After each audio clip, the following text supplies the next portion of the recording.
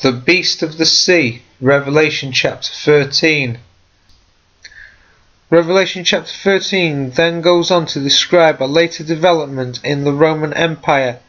A beast arises out of the sea, once again with 7 heads and 10 horns, verse 1, which relates this beast to Daniel's 4th beast and the dragon in Revelation chapter 12. This beast is like a leopard, its feet were like a bear's, and its mouth was like a lion's mouth, verse 2. It appears to have a mortal head wound, verse 3, but the wound is healed and the dragon gives his authority to the beast, verse 4. A mouth is given to the beast, and it has power to persecute the saints and to blaspheme God for 42 months, verses 5 to 7. In the description of this beast, we find the prediction of a power to arise that would rule the world and persecute the true believers for 42 months, or 1,260 days, which again represents 1,260 years. This power would speak blasphemous words against God and his dwelling place, and carry out wars against God's saints to conquer them. Since this beast also has 7 heads and 10 horns, it must be related to the 4th beast in Daniel chapter 7 and the dragon of Revelation chapter 12, which both refer to the Roman Empire. The beast of the sea represents a later development of the Roman Empire after the dragon of chapter 12. At the end of the 5th century, the western section of the Roman Empire began to break up and was divided into 10 nations, which are the 10 horns of verse 1.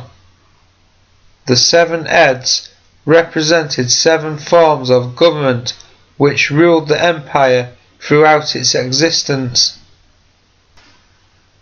Since this beast also has 7 heads and 10 horns, it must be related to the 4th beast in Daniel chapter 7 and the dragon of Revelation chapter 12, which both refer to the Roman Empire. The 6th form of government, the 6th head, which was Roman imperialism, was wounded, verse 3, when the Gothic people captured and ruled the empire from about 490 AD to 530 AD. This mortal wound was healed when the Goths were overthrown and a Roman emperor again took the throne. At that time, the military power of the empire, the dragon, which was centered in Constantinople, gave its authority, verse 4, to the new Roman emperor. The similarities of parts of this beast to a leopard, bear, and lion indicate that the influences of these previous human empires would be found in this Roman dominion, and that it would encompass the geographical areas of the former empires.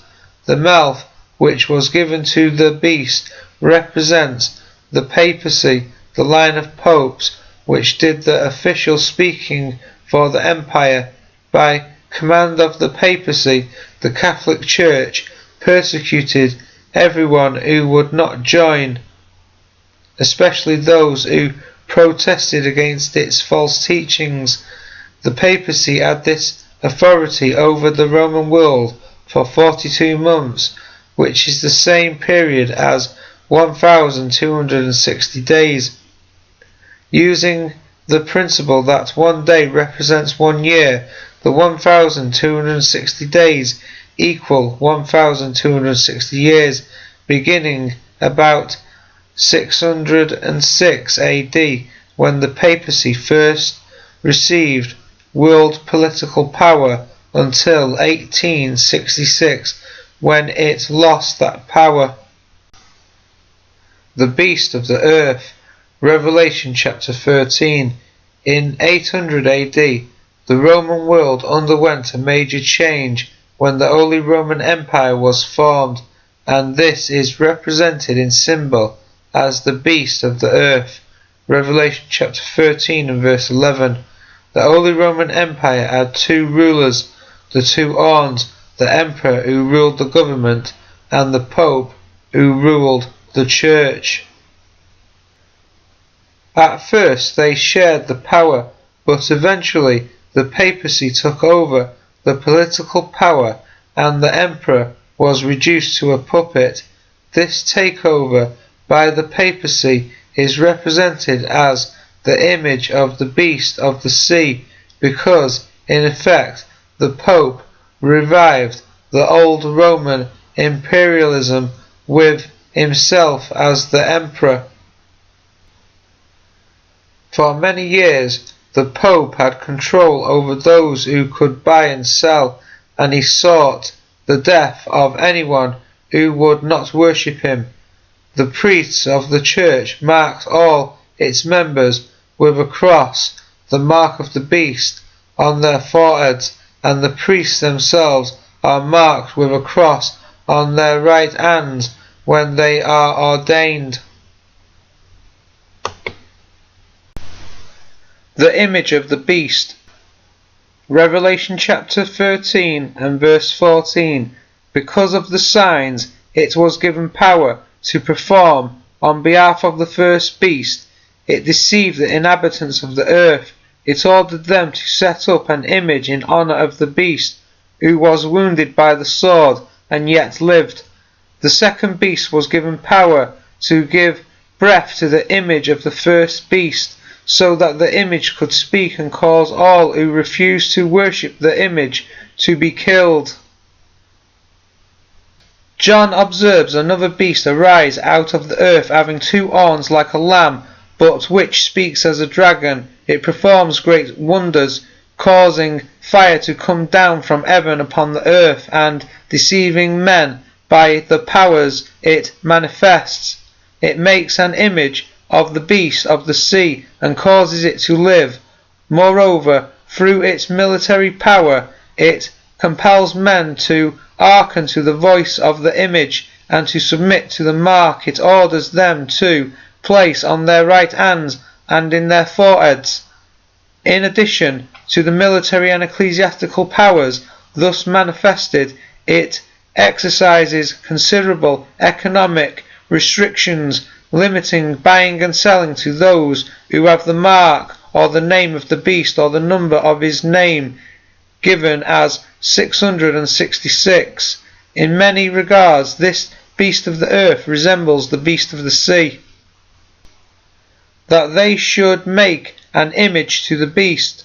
The reference in this verse before us is to the papacy. It was not merely the representation and manifestation of the beast, but the image which men worshipped. It is rather significant that the great controversy between the Roman Catholic and the Greek Orthodox churches was due in large measure to image worship in the former,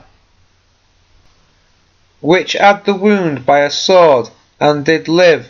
With the papacy supported by the empire, there was seen a resurrection of the previous beast. Note how this verse links the head with the beast.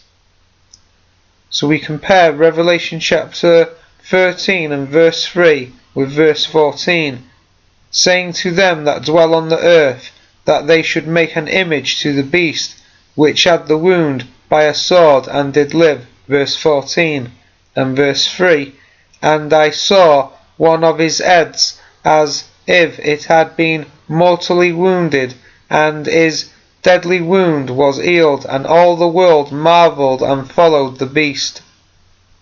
And he had power to give life unto the image of the beast.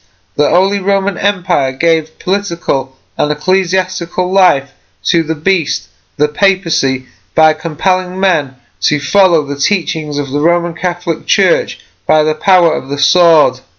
Those who refused died in inquisitions.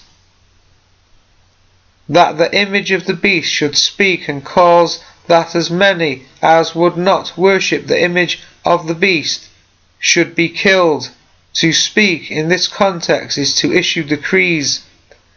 This the papacy did with the authority of the empire, which supported them with the sword. Men were compelled to worship the papacy to give it unquestioning endorsement. See Daniel chapter 7 and verse 20.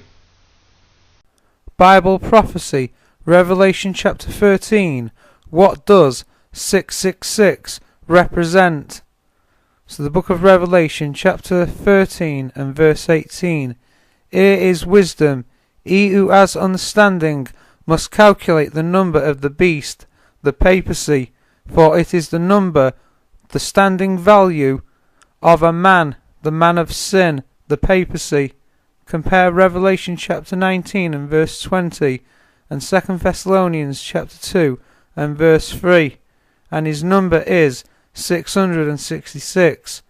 666 is the total value of the Pope's crown inscribed with this title translated, which means the Vicar, the Son of God, or Vicar, the Son of God, and by accepting such a one as an earthly head, it would constitute one as part of the Antichrist system. The mark of the beast is the number of a man, that is, the man of sin. So who is the man of sin? The distinctive marks of the man of sin identified in 2 Thessalonians chapter 2. So the distinctive marks of the man of sin identified in 2 Thessalonians chapter 2 are the apostasy, the falling away, the abandonment of the truth. The man of sin, an individual apostate. The man of sin, a religious organization continuing from Paul's time to Christ's return. Exalts self above all that is called God, claims to be vicar and vice-regent of both God and Christ, coming after the working of Satan, disguising apostasy under the forms of Christian religion,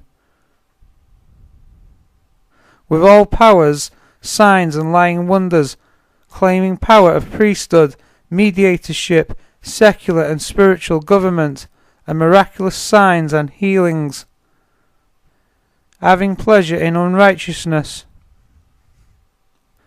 Antichrist has a meaning translatable into English, which is one instead of Christ. Antichrist is therefore someone who claims to be in Christ's place. Antichrist is identical in meaning to the Latin term Vicar of Christ. Vicar of Christ is one of many titles which identifies the papacy and the Roman Catholic Church with the Antichrist. At the close of the Council of Rome in 495 AD, the assembled bishops shouted in honour of the Pope, "We see thou art the Vicar of Christ." In assuming the title Vicar of Christ, the papacy has identified itself as the Antichrist.